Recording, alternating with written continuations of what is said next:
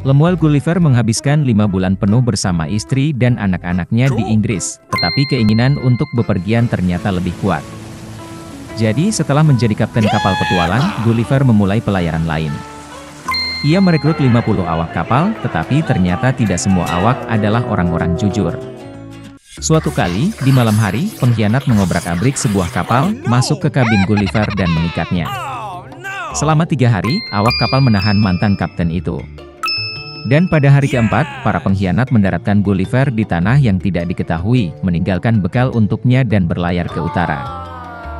Mantan kapten tidak punya pilihan selain menuju ke pedalaman. Dalam perjalanan, dia bertemu dengan jejak kuda yang memberi harapan bagi Gulliver untuk segera diselamatkan.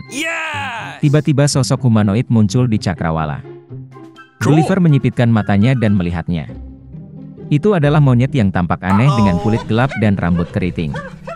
Hewan-hewan ini memiliki cakar yang panjang di cakarnya. Mereka tampak begitu berbahaya sehingga Gulliver menahan napas dan bersandar di pohon di belakang.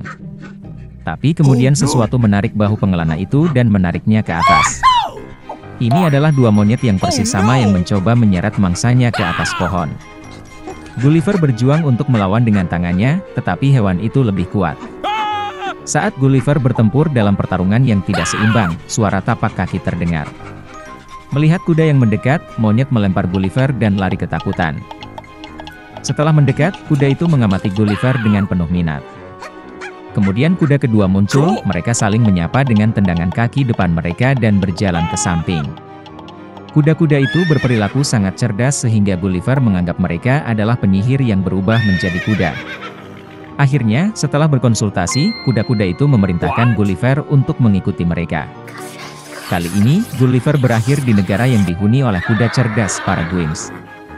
Dan monyet aneh yang menyerang Gulliver melayani para Gwymms sebagai hewan peliharaan dan melakukan semua pekerjaan kotor. Jadi pengelana dibawa ke sebuah rumah di mana palungan dengan jerami terbentang di sepanjang dinding dan kuda-kuda lain ditempatkan. Kuda itu memberi isyarat kepada Gulliver untuk makan sedikit jerami, tetapi pengelana itu melihat seember susu dan meminta minum darinya. Setelah makan malam, Gulliver, di bawah pengawasan ketat kuda, mengumpulkan gandum dan roti panggang darinya. Hal ini membuat Gwymms sangat kagum sehingga mereka mulai mengajari Gulliver bahasa dan budaya mereka. Kuda-kuda itu ternyata tidak hanya cerdas, tetapi juga sangat mulia. Mereka tidak tahu kata-kata amarah, iri hati, penipuan, dan permusuhan. Mereka dikejutkan oleh cerita Gulliver tentang uang, kapal, dan negara bagian. Tapi kebanyakan dari semua Gwymms marah dengan kenyataan bahwa orang membiarkan diri mereka menunggang kuda. Seiring waktu, Gulliver menjadi begitu penuh dengan cinta dan rasa hormat kepada Gwymms sehingga dia memutuskan untuk tidak pernah kembali ke orang lain lagi. Namun, setiap tahun keempat Dewan Perwakilan diadakan di negara itu, di mana mereka membahas urusan utama. Gulliver, sebagai makhluk mirip kera, tidak diizinkan untuk hadir dalam pertemuan tersebut. Namun, karena penasaran, dia diam-diam memasuki pertemuan tersebut, bersembunyi di tumpukan jerami. Ternyata para Gwymms sudah lama menganggap monyet aneh itu tidak berguna, dan karena itu memutuskan untuk mengusir mereka. Dan Gulliver bersama mereka.